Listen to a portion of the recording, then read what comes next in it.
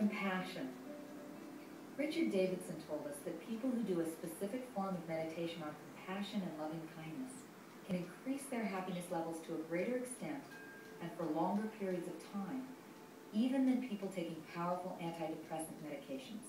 There are specific meditation practices that have been around for more than 2,500 years, which are explicitly designed to cultivate qualities like compassion and loving kindness. The person we've tested the most in our lab is a person by the name of Mathieu Ricard. He has been a Tibetan Buddhist monk for more than 30 years. He also holds a PhD in molecular biology. And we have looked intensively at Matthew's brain, both at rest as well as when he is intentionally generating these states of compassion. So there's no obvious change in external behavior. You know, he's just sitting there, and then we give him the instruction to begin the compassion meditation, and all of a sudden, it's like, you know, parts of the brain are on fire. These are areas of the brain which are extremely important for understanding happiness and well-being. And so we are, for example, currently doing studies where we are having people who've never meditated before, and we're having them do very simple exercises, 2 weeks of training in this simple compassion practice does change the brain in ways which are similar to, although not really as well defined as what we see in very long-term meditation practitioners. There is some evidence to indicate that we actually change the gross structure of the brain, literally the size of particular cortical areas in the brain change in their thickness. We, through intention, can change our brain.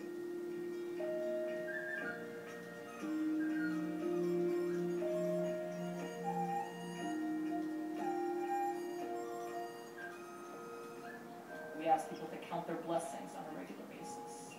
Say every Sunday night you sit down, you write down 5 things for which you're grateful. Okay? Try to contemplate that. And we found that the students who counted their blessings once a week, every Sunday night, became happier. A couple studies we did, we asked people to commit acts of kindness on a regular basis. You know, they're going out and they're putting change in parking meters, and they're, you know, helping their friend with homework, or was visiting someone in the nursing home, or, you know, really doing real, you know, concrete behaviors. And it seems to me from our experience that the acts of kindness so far have been the most effective.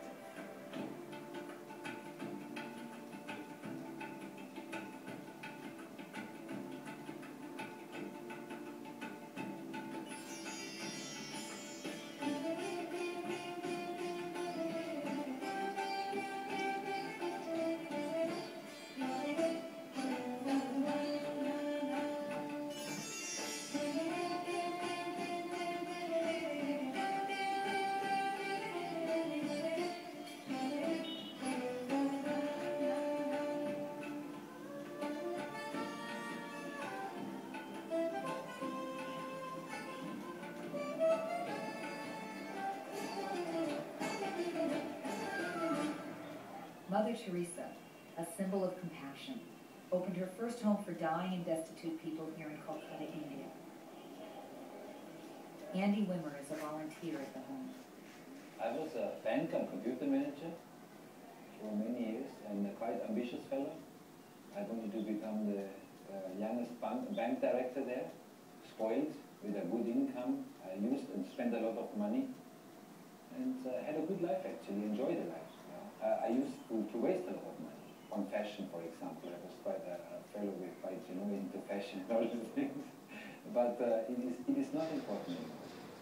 I always felt that there is more in this life, you know, than just going to the bank and having a good salary and having a good career and maybe a wife and children, and that's it. It can't be. Life is such a precious and beautiful thing that should be some more, you know.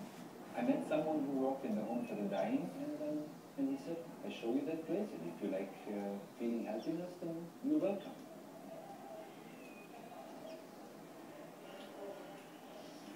Yeah?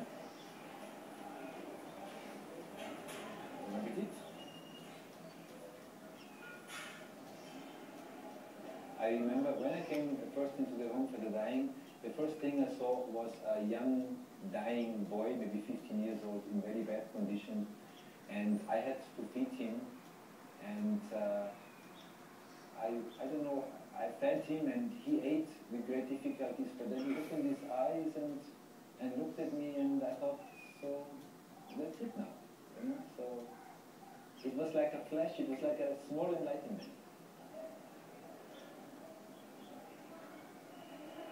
You learn a lot from these patients, be careful. For example, acceptance and tolerance also. So we pick the people up usually from garbage cans and from railway station platforms and admit them in the home, and then with basic medical care we try to save their lives. But the most important is to show them that they are loved by God, that they are not forgotten, that their life is precious, that someone cares. So we do everything by hand, but there is a tremendous sweetness in taking someone's burden up a little. Just to lift this little bent body and take the burden away a little bit and help him to carry it. My life has a meaning. You have someone, a dying man in front of you, a dying young man, and he asks for a glass of water. It is very little, but it's so important to give him this glass of water. It's such a symbolic act even, you know?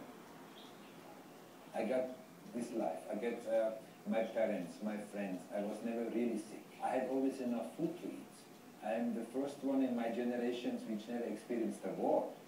For me, my life is like a loan given from God, and I will give this loan back, but with interest. And that's what we do. You serve your brother in front of you who is in need, and it gives yourself a fulfilled, happy life. Perfect, no?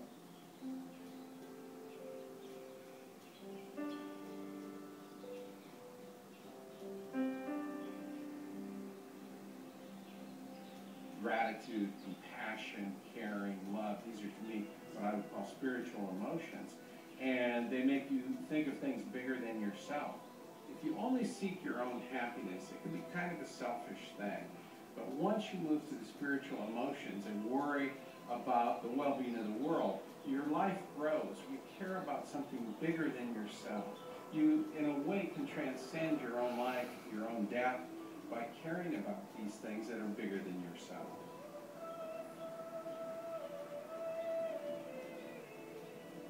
If each of us even spent a smidgen of time each day actually practicing to cultivate happiness and also to cultivate other virtuous qualities like compassion and altruism, the world would really be a better place, and we would all be transforming our brains in very positive ways. And it's not about, oh, I must change my life totally and cut off from my past and I'll be a better person. It's not about that. Because the trick is to be authentically you. We should really be thinking of happiness as a skill, which is no different than learning to play the violin or learning to play golf.